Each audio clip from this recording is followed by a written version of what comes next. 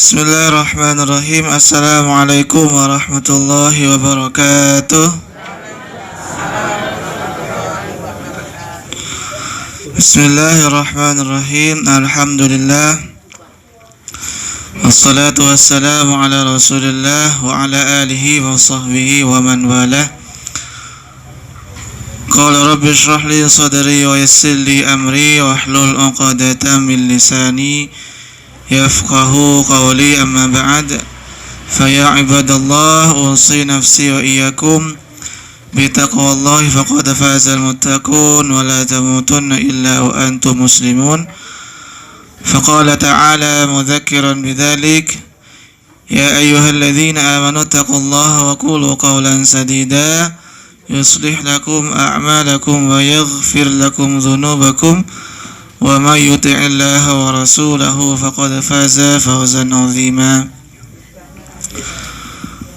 Bapak Ibu rahimakumullah, alhamdulillah kita masih diberikan kesempatan oleh Allah Subhanahu wa taala untuk berjumpa kembali dalam majlis ini, sedikit belajar hadis-hadis dari Nabi kita Muhammad sallallahu alaihi wasallam. Yang kita rujuk adalah kitab hadis Arba'in Nawawi. Semoga dicatat amal ibadah berpahala di sisi Allah Subhanahu wa taala. Amin. Bapak Ibu rahimakumullah, pada kesempatan kali ini kita masih hadis yang ke-19. Kemarin sebetulnya hadis yang ke-19, tapi belum selesai, belum rampung karena memang cukup panjang hadisnya. Maka kita bagi dua sesi lah.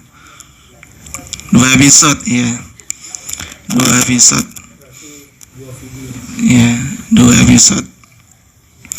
Masih hadis yang ke-19. Kalau riwayatnya sama, Bapak Ibu rahimakumullah, dari Abdullah bin Abbas. Dari Abdullah bin Abbas radhiyallahu anhu, dari Abdullah bin Abbas radhiyallahu anhu, beliau berkata, qala Rasulullah sallallahu alaihi wasallam, atau ketika Rasulullah sallallahu alaihi wasallam pernah menyampaikan kepada saya, pernah berwasiat kepada saya. Kata Abdullah bin Abbas. Apa kata Rasulullah sallallahu alaihi wasallam? Ini hampir sama dengan yang kemarin. Ihfazillah tajidhu amamak. Jagalah Allah, maka engkau akan mendapatinya berada di hadapanmu. Hampir sama dengan yang kemarin. Ya, tapi habis ini beda, Bapak Ibu. Ya. Ini riwayat yang lain. Oleh Imam Nawawi di sini dijadikan satu hadis yang ke-19. Jadi kata Ibnu Abbas atau kata Rasulullah sallallahu alaihi wasallam, wahai Ibnu Abbas, jagalah Allah, maka engkau akan mendapatinya atau mendapati Allah berada di hadapanmu, di sisimu atau dekat denganmu. Ta'arraf ilallahi fir raqa ya'rifka fi syiddah. Kenalilah Allah di waktu susah, di waktu senang, Kenalilah Allah fir raqa, di waktu bahagia atau di waktu senang. Ya'rifka fi syiddah, maka Allah akan mengenalimu di waktu susah atau di waktu sulit.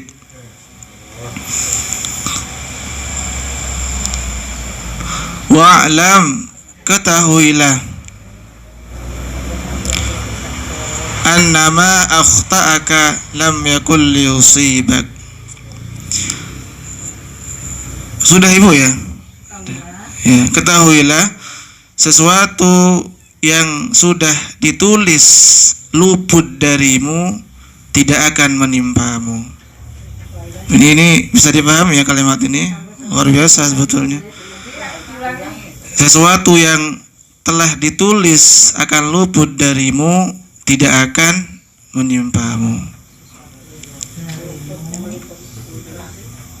Tidak akan menimpamu.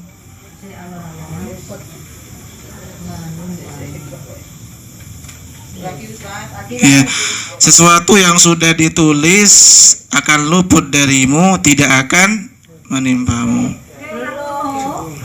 Yang sudah diketahui akan luput darimu, tidak akan menimpamu. Ya, perhatikan, ketahuilah sesuatu yang ditulis akan luput darimu, itu subjeknya ya, subjeknya itu kalimatnya emang panjang tapi itu subjek itu. Kalau guru bahasa Indonesia ya, itu subjek. Apa predikatnya? Tidak akan menimpamu ya. Bisa dipahami ya Pak Ibu ya. Jadi subjeknya adalah sesuatu yang sudah ditulis luput darimu, itu subjeknya. Predikatnya adalah tidak akan menimpamu. Itu kalimatnya. Lanjut Bapak Ibu ya. Kemudian sesuatu yang sudah ditulis akan menimpamu, tidak akan luput darimu. Nah itu kebalikannya Bapak Ibu. Subjeknya sesuatu yang sudah ditulis akan menimpamu, subjeknya. Predikatnya adalah tidak akan, sesuatu yang sudah ditulis, jadi repot juga ini. Sesuatu yang sudah ditulis akan menimpamu, tidak akan luput darimu. Itu panjang, memang subjeknya panjang. Itu biasa dalam bahasa Indonesia. Jadi yang barusan, yang terakhir, sesuatu yang sudah ditulis akan menimpamu, tidak akan luput darimu. Itu kalimatnya mudah sebetulnya dipahami. Kemudian lanjut Bapak Ibu rahimakumullah, wa'lam, ketahuilah, anna nasra ma'as sabri. Ketahuilah bahwa pertolongan itu datang setelah kesabaran.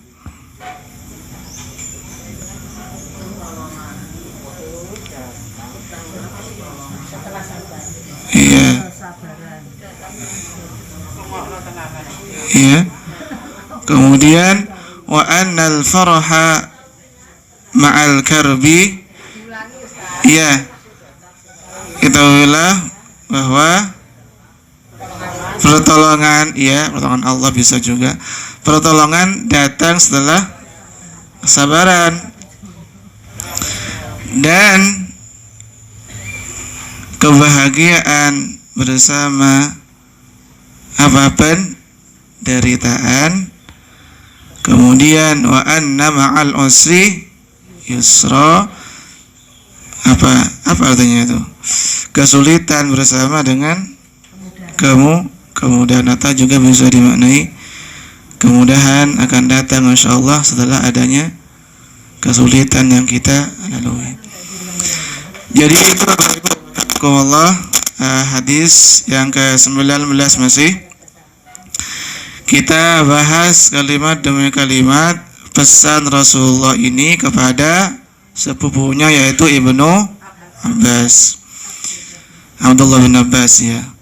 Kata Rasulullah SAW, wahai Ibnu Abbas, sepupuku itu, ihfazillah tajidhu amamak, jagalah Allah maka kau akan mendapati Allah itu terasa dekat. Jadi menjaga Allah maksudnya melakukan perintah Allah, menjauhi larangannya, hak-hak Allah dipenuhi. Kita sempat bahas kemarin. Jadi Allah itu sangat berhak untuk disembah, tidak disekutukan. Dan ketika menjadi hak Allah, otomatis akan menjadi kewajiban kita. Sebagaimana yang kami sampaikan kemarin, ada hak dan kewajiban. Jadi Allah punya hak untuk disembah, maka kita punya kewajiban untuk menyembah Allah Subhanahu wa ta'ala. Jadi ketika menjaga hak-hak Allah Subhanahu wa ta'ala yang wajib kita kerjakan, kemudian setelah yang wajib ini bisa kita kerjakan, kemudian kita lakukan amalan-amalan sunnah. Sebagaimana yang kita sampaikan kemarin, ketika ada orang yang mendekat kepada Allah bin nawafil dengan amalan-amalan sunnah, kata Allah, kuntu sam'ahu alladhi yasma'u bi, saya akan menjadi pendengarannya, menjadi tangannya, menjadi kakinya. Artinya dijaga oleh Allah Subhanahu wa ta'ala, anggota tubuhnya dijaga oleh Allah dari perbuatan maksiat. Itulah yang akan didapat bagi orang yang selalu menjaga hak-hak Allah Subhanahu wa ta'ala. Jadi kalimat tadi menjaga Allah itu bukan berarti Allah dijaga, Bapak Ibu ya. Jadi disebut Allah karena tidak butuh siapapun, tidak butuh apapun. Allah itu Al-Qayyum. Apa Al-Qayyum itu? Ya berdiri sendiri, nggak butuh ditopang oleh makhluk, oleh orang lain, berdiri ada dengan dirinya. Malah kemudian makhluknya ingin menopang Allah, kan tidak begitu. Maksudnya menjaga Allah adalah hak-hak Allah dipenuhi. Sama ketika Allah menyebutkan tolonglah agama Allah gitu ya. Misalkan Allah sebutkan di Quran surah surah Muhammad ayat ke-7, misalkan kata Allah, ya ayyuhalladzina amanu in tansurullaha yansurkum wa yutsabbit aqdamakum. Duhai orang-orang yang beriman, apabila kalian menolong Allah, in tansurullah yansurkum, Allah akan menolongmu. Tentunya menolong di sini bukan Allah yang kita tolong, akan tetapi agama Allah Subhanahu wa ta'ala kita ikut ambil bagian menyebarkan agama Allah Subhanahu wa ta'ala. Dan mohon maaf gitu ya, sekalipun kita tidak ikut andil menyebarkan Islam, Islam akan tersebar. Bisa dipahami ya Bapak Ibu ya. Jadi memang seandainya kita diem aja, tidak ada kajian misalkan, tidak ada YouTube-nya Miktotoana ini misalkan, tetap Islam akan tersebar karena Islam itu memang ditakdirkan oleh Allah Subhanahu wa ta'ala untuk tersebar. Tidak butuh siapapun, tidak butuh apapun, akan tetapi kita ingin ambil bagian menjadi orang-orang yang ikut andil menyebarkan agama Islam. Tuh ya. Seandainya kita tidak menyebarkan, tetap akan ada orang lain yang menyebarkan agama ini, agama Islam ini. Jadi tidak perlu kepedean juga gitu. Misalkan saya akan mengatakan, kalau nggak saya ngisi kajian goblok semua orang, nggak gitu juga gitu ya. Bahkan sebelum saya udah ada ustadz-ustadz terdahulu. Bisa dipahami Bapak Ibu ya? Itu. Jadi seandainya tidak ngisi kajian pun, nanti Ustadzah Fali atau Pak Fauzi akan cari ustadz yang lain. Gak usah kepedean juga gitu. Kalau nggak ada saya bodoh semua orang Sakinah ini, nggak gitu juga. Pasti akan ada orang lain. Nah itu. Jadi itu Bapak Ibu rahimakumullah, maksud dari menjaga Allah, hak-hak Allah dipenuhi. Kemudian kalau itu dilakukan, maka Allah itu seolah-olah dekat dengan kita, aktivitas kita dipandu, dijaga oleh Allah Subhanahu wa ta'ala, karena la haula wa la quwata illa billah. Semuanya itu memang atas panduan, kehendak, skenario dari Allah Subhanahu wa ta'ala. Kemudian Alhamdulillah kita lanjutkan potongan hadisnya. Apa setelah itu? Kata Rasulullah, kenalilah Allah di waktu bahagia, di waktu senang, di waktu lapang, maka Allah akan mengingatmu, mengenalmu di waktu susah. Gitu ya. Jadi kalimat ini sebetulnya Bapak Ibu bisa dimaknai dua. Kalimat ini bisa dimaknai dua. Jadi kenalilah Allah di waktu bahagia, Allah akan mengingat kita di waktu susah. Bisa dimaknai dua. Pertama, jadi dalam kondisi bahagia, kalau kondisi sedih misalnya kita ingat Allah toh, duh ya Allah banyak utang, kalau sedih soalnya. Tetapi ketika dia senang gitu ya, pas pangkatnya melonjak, karirnya naik, hartanya semakin melimpah, udah gak ingat sama sekali kepada Allah. Tapi ketika pas banyak utang gitu ya, kemudian mau masuk penjara gitu ya, mas gitu, maka kemudian barulah dia ingat kepada Allah Subhanahu wa ta'ala. Walaupun sebetulnya bagus juga seperti itu, bagus juga. Akan tetapi yang lebih bagus juga lagi daripada itu, dalam kondisi susah ataupun senang, tetap kembali ingat kepada Allah Subhanahu wa ta'ala gitu ya. Jadi ketika dalam kondisi bahagia kita ingat kepada Allah Subhanahu wa ta'ala, dalam keadaan susah Allah tidak akan meninggalkan kita. Jadi itu. Dan ini Allah tidak akan meninggalkan kita, ini benar ya Bapak Ibu rahimakumullah, dialami oleh Nabi kita Muhammad sallallahu alaihi wasallam. Kata Allah, ma wadda'aka rabbuka wa ma qala. Muhammad, Tuhanmu tidak akan meninggalkanmu, tidak pernah membencimu. Jadi ayat ini turun ketika beberapa bulan Rasulullah tidak mendapatkan wahyu, lama gitu ya, beberapa bulan tidak turun firman Allah, tidak datang Jibril menyampaikan wahyu. Ya diolok-olok oleh orang-orang kafir.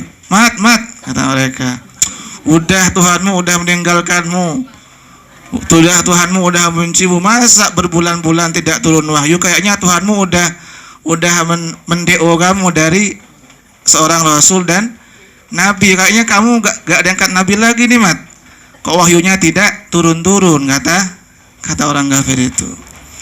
Maka dibantah oleh Allah Subhanahu wa ta'ala dengan ayat tadi, ma wadda'aka rabbuka wa ma qala. Muhammad, gak bener itu orang-orang kafir itu, Tuhanmu Allah tidak pernah meninggalkanmu, tidak pernah pula membenci. Kemudian insya Allah itu juga yang Allah katakan kepada kita Bapak Ibu rahimakumullah, bahwa Allah tidak akan pernah meninggalkan kita. Insya Allah pula Allah tidak akan membenci kita. Tentunya tadi hak-hak Allah dipenuhi. Ini kalimat yang sering kita baca, tapi alhamdulillah semoga bisa mendarah daging dan kita yakini bersama bahwa tidak akan ditinggalkan oleh Allah, tidak akan dibenci oleh Allah Subhanahu wa ta'ala. Jadi makna pertama tadi, kenalilah Allah di waktu bahagia, Allah akan mengingatmu di waktu susah. Itu makna pertama. Atau juga bisa dimaknai, kenalilah Allah, ingatlah Allah di dunia, yang di dunia itu memang tempatnya hiburan, tempatnya permainan, tempat kesenangan, maka Allah akan mengingatmu di akhirat, di hari kiamat, yang mana hari kiamat itu adalah hari apa? Hari penderitaan Bapak Ibu, kesengsaraan gitu ya. Jadi di dunia orang mengingat Allah, maka nanti di akhirat, yang mana akhirat itu adalah masa-masa sulit, Allah tidak akan meninggalkan kita. Jadi bisa dimaknai seperti itu. Dahsyatnya kiamat itu luar apa? Luar negeri ya. Luar negeri, luar biasa. Kalau banyak sebetulnya kisah-kisah di Quran itu, atau gambaran di Quran yang menggambarkan dahsyatnya hari kiamat. Salah satu mungkin yang bisa kita tampilkan di kesempatan kali ini adalah firman Allah surah Al-Hajj ayat 1 dan kedua, di mana Allah menceritakan dahsyatnya kondisi hari kiamat itu.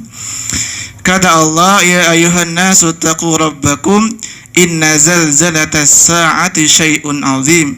Bertakwalah kalian wahai manusia kepada Allah, sungguhnya dahsyatnya hari kiamat itu luar negeri atau luar biasa ya. Apa dahsyatnya itu? Yauma gimana? Malah lupa ini kalau mau di ya, yauma tarawunaha tadhallu kullu murdi'atin amma arda'at wa tad'u kullu dhati hamlin hamlah. Aduh. Engkau akan melihat pada hari kiamat itu apa? Perempuan yang hamil apa namanya? Menggugurkan kandungannya. Apa lanjutannya?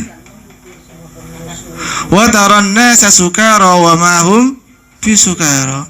Dan kalian akan, dan engkau akan melihat orang-orang di hari kiamat itu seolah-olah mabuk, padahal mereka tidak mabuk, tidak minum khamar, tidak minum arak, tapi kondisi mereka seolah-olah lagi mabuk karena dahsyatnya hari kiamat. Bayangkan tadi seorang ibu gitu ya, menggugurkan kandungannya, saking itu dahsyatnya gitu. Yauma tarawunaha tadhallu kullu murdi'atin amma arda'at. Padahal kita tahu gitu ya, seorang ibu adalah apa namanya? Cintanya kepada anaknya tiada tara.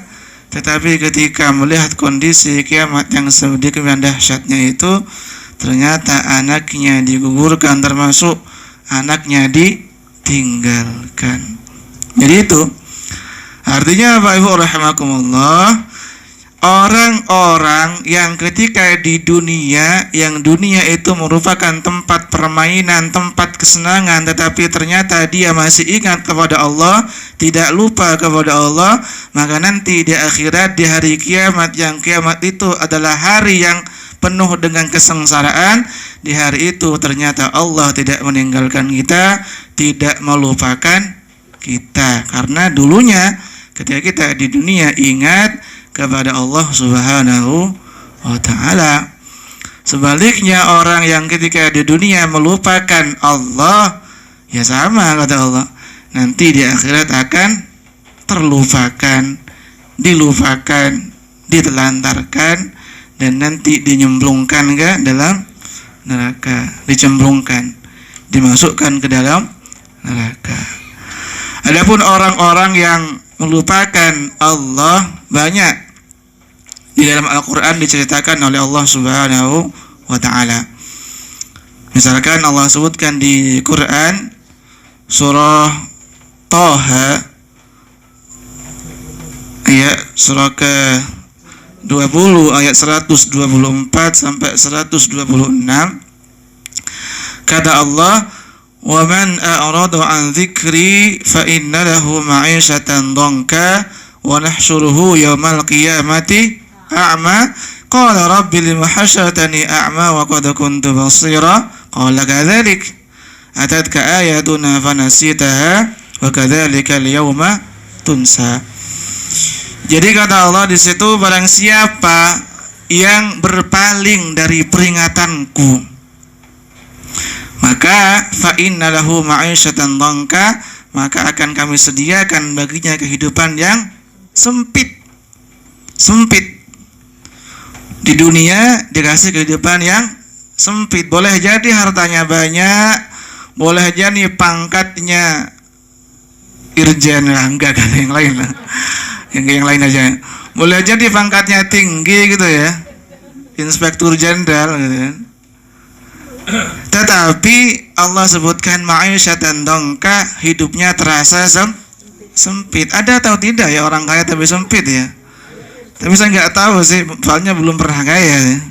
Tapi insya Allah ya nanti. Nah, juga belum pernah punya jabatan tinggi soalnya. Jadi itu. Jadi ternyata kata Allah di situ, orang yang berpaling dari peringatanku, dari ketentuan Allah, akan disediakan kehidupan yang sempit, sekalipun mungkin dia memiliki harta yang melimpah, pangkat jabatan yang tinggi. Ya ada katanya tadi orang seperti itu. Itu di dunia hidupnya terasa sempit. Apa nanti balasan di akhirat? Wa nahsyuruhu yaumal qiyamati a'ma, akan kami bangkitkan nanti orang ini di akhirat dalam keadaan buta. Udah berlipat-lipat penderitaannya itu. Udah kiamat segitu dahsyatnya, masih kemudian buta, udah pol-polan itu gitu ya penderitaannya. Di dunia aja kalau buta kan mohon maaf gitu ya, kayak ya semoga yang buta-buta kemudian disembuhkan oleh Allah dan tentunya diberikan pahala yang melimpah oleh Allah Subhanahu wa taala. Dan mungkin kalau kita diberikan ujian seperti itu kan wah terasa berat sebetulnya ya gitu. Jadi orang yang berpaling dari peringatanku, kata Allah, nanti akan dibangkitkan di hari kiamat dalam keadaan buta. Komplain kemudian kepada Allah, qala rabbi lima hasyartani a'ma, ya Allah lah, kok kami dibangkitkan buta ya Allah, padahal dulu ketika di dunia saya bisa melihat, kata orang-orang ini. Allah kemudian menjawab, qala kadzalik, jawaban Allah menohok sekali ini. Kalau bahasa sekarang makjlub katanya.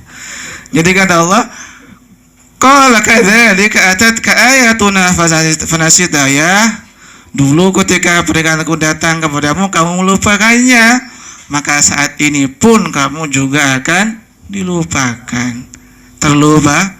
Terlupakan udah seimbang itu ya balasannya. Karena melupakan peringatan Allah, nanti di akhirat dilupakan oleh Allah Subhanahu wa taala. Udah itu jawaban yang udah tidak bisa dibantah itu udah. Makanya kemarin tadi malam Selasa ya ada perkataan ulama gitu ya, in khairan fa khairun wa in syarran fa syarrun. Ketika yang kita lakukan itu baik, yang kita dapatkan insyaallah juga akan baik. Sebaliknya, wa in syarran fa syarrun, ketika yang kita kerjakan keburukan, maka yang datang tidak lain hanyalah akan keburukan juga. Itu kalau dalam maqalah Arab itu man yazra yahsud, siapa yang menanam dia akan panen. Kalau menanam kebaikan ya dapat kebaikan, kalau menanam padi dapat padi dan rumput ya. Kalau menanam rumput nggak dapat padi, rumput doang gitu ya. Jadi itu tergantung apa yang kita tanam. Yang kita tanam adalah pahala, insya Allah nanti panen pahala, panen kebaikan di akhirat. Jadi itu balasan orang-orang yang melupakan Allah Subhanahu wa taala ketika di dunia senang-senang, nanti ketika hari kiamat, hari pembalasan, hari penderitaan, Allah kemudian melupakan orang yang seperti ini. Adapun ayat yang lain Bapak Ibu berkaitan dengan orang yang melupakan Allah itu adalah surah Al-Hasyr. Misalkan Al-Hasyr surah ke-59 ayat ke-19. Insyaallah hafal ini ayatnya. Pak Iqbal insyaallah hafal karena pernah baca ayat ini ketika sholat. Kata Allah Subhanahu wa taala, ya ayyuhalladzina wa la takunu kalladzina nasullaha fa ansahum anfusahum ulaika humul fasiqun. Ini tuh.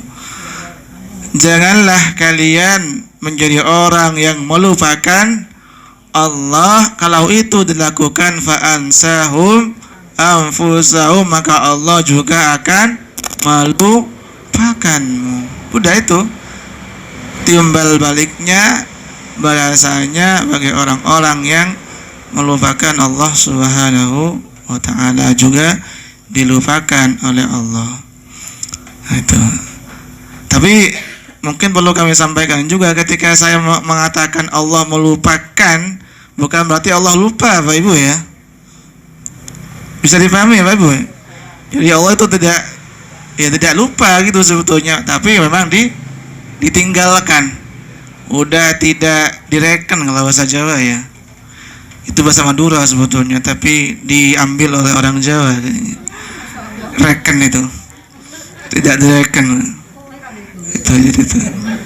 Bahasa Madura itu juga sama, direken, ya reken. Itu. Tidak direken gitu. Tidak direken oleh Allah Subhanahu wa taala. Itu. Gak tahu kalau bahasa Makassar Sulawesi ya, kita bahasa Kalimantan. Jadi itu apa? Karena melupakan Allah, Allah melupakan orang itu, tapi tentunya bukan berarti Allah lupa. Itu kalau Allah lupa fatal sekali gitu ya. Bisa saja murtad orang itu, karena ya mustahil Allah akan bersifat lupa, ya mustahil sekali gitu. Gitu. Jangankan lupa, kan Allah tidak ngantuk kan gitu ya. Allahu la ilaha illa huwal hayyul qayyum la ta'khudhuhu sinatu wa la naum. Allah tidak ngantuk, Allah tidak tidur. Lagi lupa ya enggak, mustahil bagi Allah Subhanahu wa taala. Itu. Kemudian Bapak Ibu rahimakumullah, kita lanjutkan hadisnya, hadis yang tadi, lanjutan hadisnya. Kata Rasulullah sallallahu alaihi wasallam, sesuatu yang sudah tercatat, tertulis akan luput dari kita, tidak akan menimpa kita. Jadi ketika Allah sudah mentakdirkan kita, misalkan tidak mentakdirkan apa, contohnya ya, misalkan Allah mentakdirkan kita, ya sebuat apapun usaha kita untuk jadi presiden tidak akan jadi. Walaupun udah uang yang dikeluarkan begitu banyak, atau kepala desa misalkan, kan kayaknya kepala desa biayanya lebih mahal daripada gubernur kayaknya. Jadi usaha untuk daftar untuk jadi kepala desa gitu kan, tapi ternyata Allah sudah mencatat bahwa kepala desa ini luput dari orang ini, tidak akan terjadi. Jadi yang terjadi itu adalah kehendak orang itu atau kehendak Allah? Yang jelas adalah kehendak Allah Subhanahu wa ta'ala. Sebaliknya kata Rasulullah, sesuatu yang sudah ditulis untukmu tidak akan luput darimu. Bisa dipahami ya Bapak Ibu? Itu. Sudah ditulis oleh Allah, termasuk orang kaya gitu ya. Kaya, walaupun mungkin kerjaannya tidak kerja malah dapat warisan. Ada atau tidak seperti itu? Ada. Bahkan baru lahir udah kaya. Kenapa? Orang tuanya meninggal, dapat harta yang banyak. Itu bahkan nggak kerja gitu ya, baru lahir udah hartanya banyak, warisan dari orang tuanya. Jadi itulah, apapun yang terjadi tentunya atas kehendak Allah, atas izin Allah Subhanahu wa ta'ala, dan tentunya kita yakini bahwa rencana Allah adalah lebih baik dari apa yang kita rencanakan, sebagaimana disebutkan, anta turid wa ana urid fama yakunu illa ma urid. Kata Allah, kamu berkehendak, kamu punya keinginan, kamu punya kehendak, saya punya kehendak, kata Allah. Jadi kita punya kehendak, Allah punya kehendak. Tetapi yang akan terjadi adalah kehendakku, kata Allah Subhanahu wa ta'ala. Bisa dipahami ya Bapak Ibu? Jadi kita punya rencana, kita punya kehendak, kita punya keinginan, Allah juga punya rencana, Allah juga punya kehendak. Tetapi yang akan terjadi adalah rencana Allah, adalah kehendak Allah Subhanahu wa ta'ala. Nah itu, ini penting sekali takdir ini, atau kehendak Allah Subhanahu wa taala kita ini tentunya lebih baik, jauh lebih baik dibanding kehendak kita, walaupun memang kadang-kala manusia sulit untuk menerimanya. Ya kita, maksud saya, ya saya termasuk juga mungkin dari Bapak Ibu sekalian. Sama kayak orang minum jamu gitu ya, pahit rasanya, pahit di tenggorokan, tapi apa? Ya bisa jadi menyehatkan gitu ya. Itu pahit memang dijalani, tapi tentunya insya Allah akan bisa kita lalui kalau kita meyakini la yukallifullahu nafsan illa usaha. Allah tidak akan membebankan seseorang itu di luar batas kemampuan orang itu, karena tentunya Allah tidak zalim. Ketika kita diuji oleh Allah dan ujian tertentu, itu artinya Allah tahu bahwa kita akan bisa melewati ujian itu. Nah itu, kita akan bisa melewati ujian itu, ujian Allah itu. Dan sekarang kita tentunya sedang ujian ini memang. Mohon maaf gitu ya, kita kan sedang ujian Bapak Ibu ya. Nanti ketika mati udah kita bisa lihat nilainya. Oh ternyata A+, alhamdulillah gitu ya. Ternyata C- ngulang. Tapi gak bisa ngulang nanti di akhirat ya.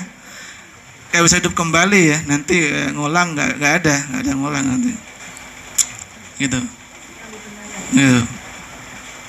Jadi tadi rencana Allah tentunya lebih baik. Adapun ayat yang sering kami kutip kemarin, kita termasuk kemarin juga kita kutip, berkaitan dengan legowo. Apa legowo itu? Walau bahasa Sundanya legowo, Ustaz Ida ini legowo ya. Sama mungkin ya. Jadi legowo dengan takdir Allah Subhanahu wa taala.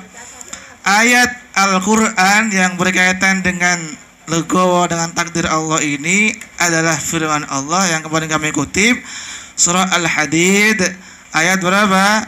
23. Kata Allah, ma asaba min musibatin fil ardi wala fi anfusikum illa fi kitabim min qabli an nabraha inna dzalika 'ala Allah yasir. Apapun yang terjadi di bumi ini termasuk yang menimpamu, semuanya sudah ditulis, dicatat, ditetapkan oleh Allah Subhanahu wa taala. Apa tujuannya kata Allah? Likai la ta'sau ala ma fatakum, agar kalian tidak bersedih hati atas sesuatu yang belum kamu capai, belum kamu raih, dan tidak berbangga hati dengan apa yang kamu raih. Jadi yang luput dari kita itu takdir Allah, adapun yang kita raih itu juga takdir Allah Subhanahu wa ta'ala. Tidak perlu berlarut-larut dalam kesedihan, termasuk tidak perlu menyombongkan diri, karena itu tentunya terjadi atas takdir kehendak Allah Subhanahu wa ta'ala gitu. Tidak perlu bersedih.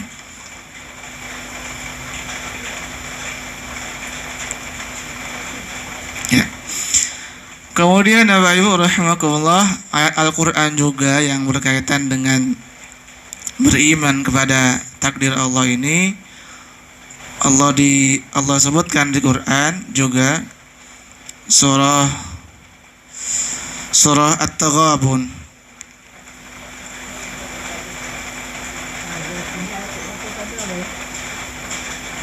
ayat ke-11. At-Taghabun surah ke-64 ya.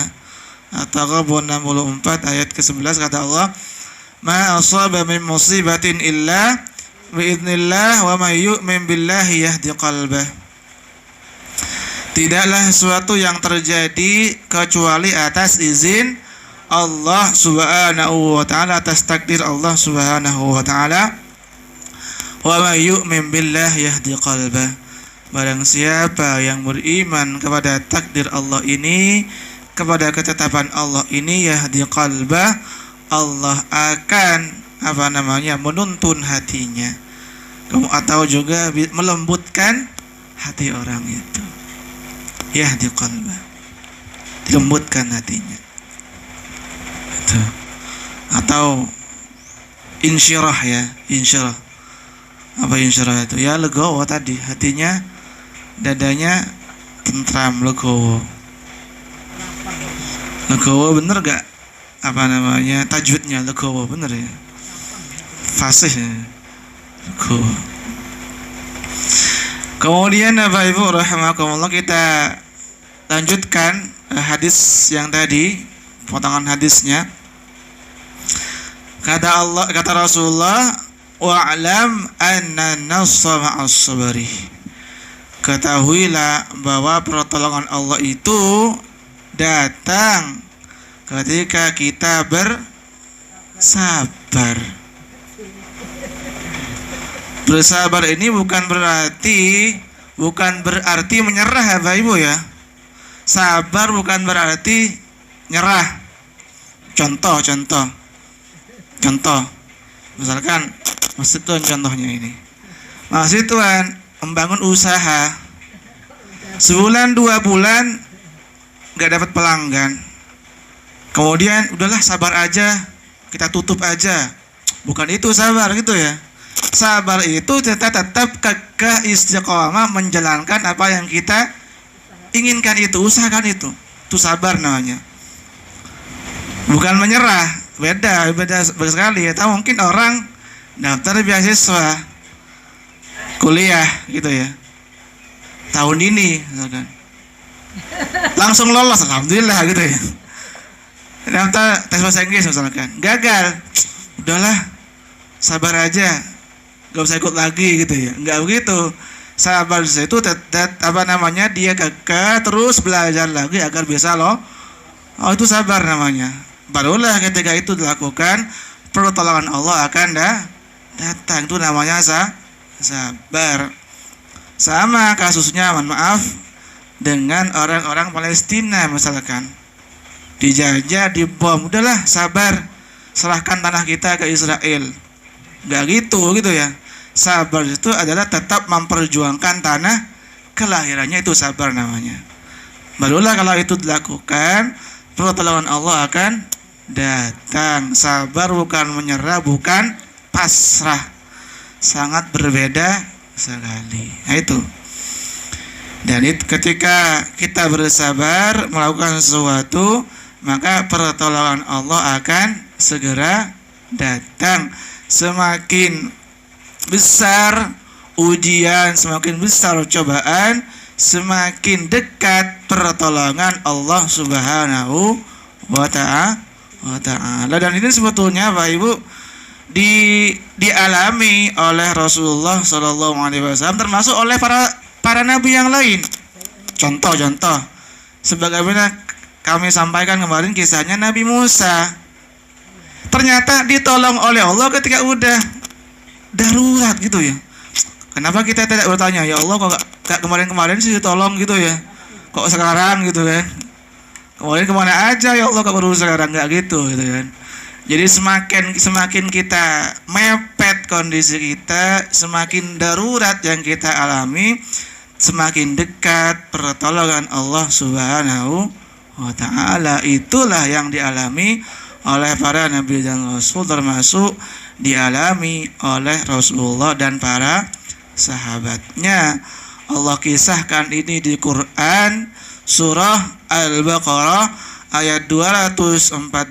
Kata Allah, am hasibtum an tadkhulul jannata wa lamma ya'tikum mathalul ladzina khala min qablikum massathumul ba'sa'u wad-dharra wa zulzilu hatta yaqula rasul wal ladzina amanu ma hum mata nasrullah ala inna nasrallahi qarib.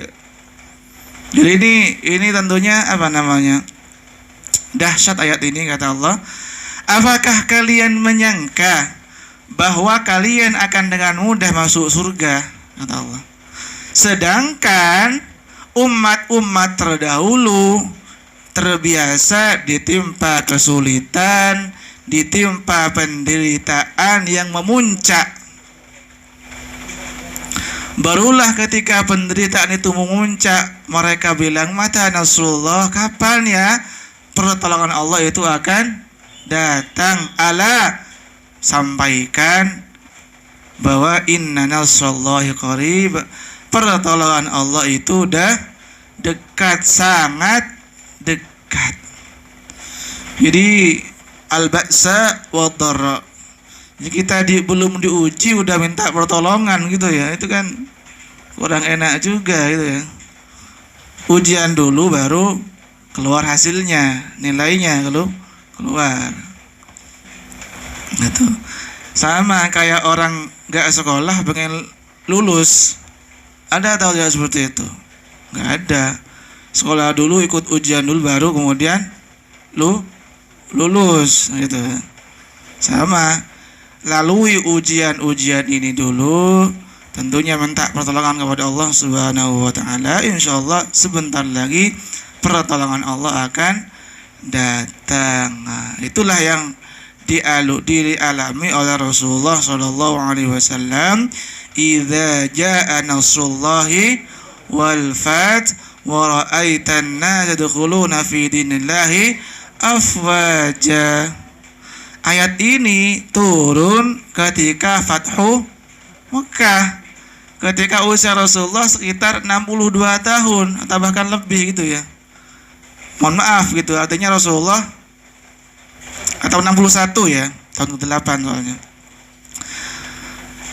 Artinya pertolongan Allah datang ketika Rasulullah saat itu usia 60 tahun lebih, setelah melalui berbagai macam ujian. Nah pertanyaannya, kok enggak dari dulu ya Allah dimenangkan agama ini gitu ya.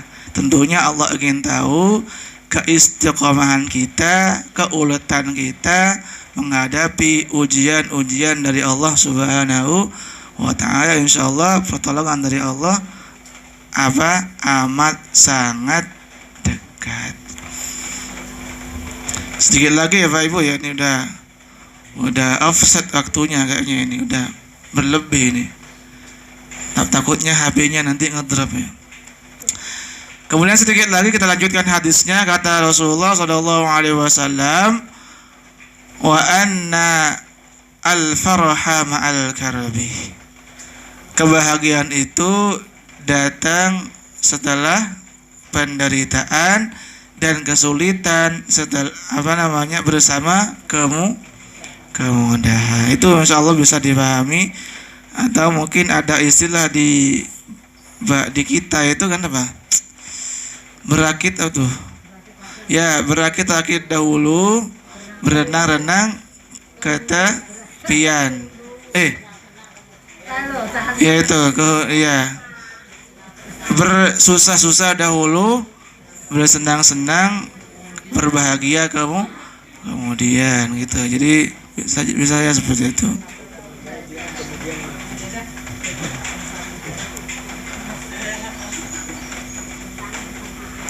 Gimana kalau bahasa Inggrisnya itu ya? Lupa saya nih. Oh, kalau nggak salah sih, after rain comes sun. Bener berarti ya? Setelah hujan ada itu gitu. Maksudnya gitu. Setelah hujan ini muncul cahaya terang gitu. Ya intinya gitulah. Saya nggak tahu juga, lupa soalnya. Jadi itu. Jadi setelah kesulitan bersama dengan kemudian insyaallah setelah kesulitan yang kita lalui, yang akan datang adalah kemudahan. Dan ini hadis sebetulnya, tapi juga ayat inna ma'al usri yusra. Jadi hadis disabdakan oleh Rasulullah, tapi ini juga merupakan firman Allah Subhanahu wa taala dalam surah apa? Insyaallah itu apa artinya? Legowo. Jadi Allah menurunkan ayat itu agar hatinya Rasulullah itu tentram, legowo, tenang, bahwa selepas kesulitan yang dialami, insya Allah sebentar lagi akan yusra, akan ada kemudahan, kebahagiaan, ketentraman. Jadi itu mungkin Bapak Ibu rahimakumullah yang bisa disampaikan pada kesempatan kali hadis yang ke-19. Semoga bermanfaat dan dicatat amal ibadah berpahala di sisi Allah Subhanahu wa taala. Selebihnya kami serahkan ke Ustazah Fali. Tapi sebelum itu kami tutup dengan salam. Assalamualaikum warahmatullahi wabarakatuh.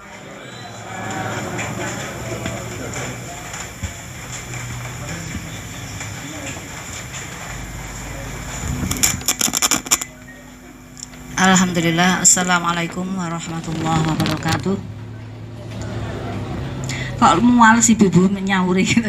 Assalamualaikum warahmatullahi wabarakatuh.